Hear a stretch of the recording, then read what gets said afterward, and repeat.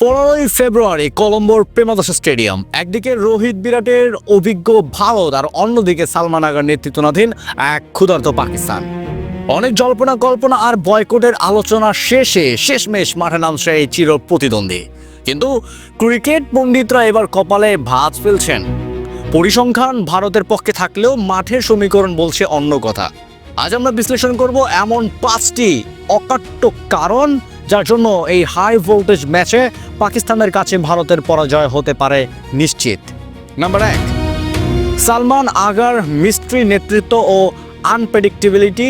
ভারতের জন্য পাকিস্তানের সবচেয়ে বড় ভয়ের কারণ হলো সালমান আগা, আলী আগার নেতৃত্ব। বাবররা রিজওয়ানদের খেলার ধরন ভারত মুখস্থ করে ফেলেছে, কিন্তু সালমান আগা এক মিস্ট্রি। তিনি নিজে একজন কার্যকরী অলরাউন্ডার হওয়ায় দলের ব্যালেন্স অনেক বাড়িয়ে দিয়েছেন। আর আক্রমণাত্মক ফিল্ড সেট আপ এবং বলার পরিবর্তন ধূর্ত কৌশল ভারতকে অপ্রস্তুত করে দিতে পারে। নতুন এই অধিনায়ককে রিড করা ভারতের থিঙ্ক ট্রাস্কের জন্য এবার হবে সবচেয়ে বড় চ্যালেঞ্জ। নাম্বার 2, কলম্বোর স্পিন ফ্রেন্ডলি উইকেট ও পাক স্পিন অ্যাটাক।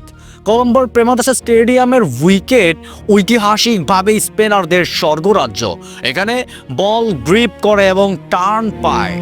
পাকিস্তান এবার সাদার খান, আবরার আহমেদ এবং স্বয়ং সালমান আগার মতো স্পিন ত্রয়ী নিয়ে মাঠে নামছেন। ভারতের মিডল অর্ডার যদি স্পেনের বিরুদ্ধে ডট বলে খেলতে শুরু করে, তবে রানের পাহাড় গড়া বা তাড়া করা অসম্ভব হয়ে পড়বে। এই পিচে পাকিস্তানের রহস্যময় স্পিন আক্রমণ ভারতের ব্যাটিং লাইন আপে ধস নামানোর জন্য যথেষ্ট। 3 নম্বর কারণ, পাওয়ার প্লেতে বাঁহাতি পেসের মানসিক জুজু। ইতিহাস বারবার ফিরে আসে। ভারতের টপ অর্ডারের জন্য সবচেয়ে বড় দুঃস্বপ্ন হলো বাঁহাতি পেস বলারের ইনসুইঙ্গিং ডেলিভারি। শাহিন আফ্রিদি এখন পূর্ণ ফর্মে। 15 ফেব্রুয়ারি কলম্বোর মেঘলা আকাশ আর শাহিনের সুইং যদি ক্লিক করে, তবে ম্যাচের প্রথম 3 ওভারেই ভারতের পরাজয় চিত্রনাট্য লেখা হয়ে যেতে পারে। রোহিত কোহলিদের এই পুরনো দুর্বলতা এবারও পাকিস্তানের জয়ের প্রধান চাবিকাঠি হতে পারে। Number 4, no fear batting approach.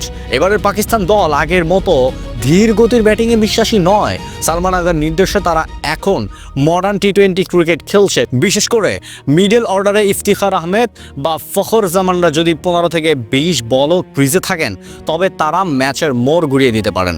ভারতের ডেথ ওভারের বোলিং যদি সামান্যতম ভুল করে, তবে পাকিস্তানের এই বিধ্বংসী ব্যাটাররা ভারতকে ম্যাচ থেকে ছিটকে দিতে বিন্দুমাত্র দ্বিধা করবেন না। এবং সবশেষ নাম্বার 5, স্নায়ুর চাপ এবং আন্ডারডগ ট্যাগ।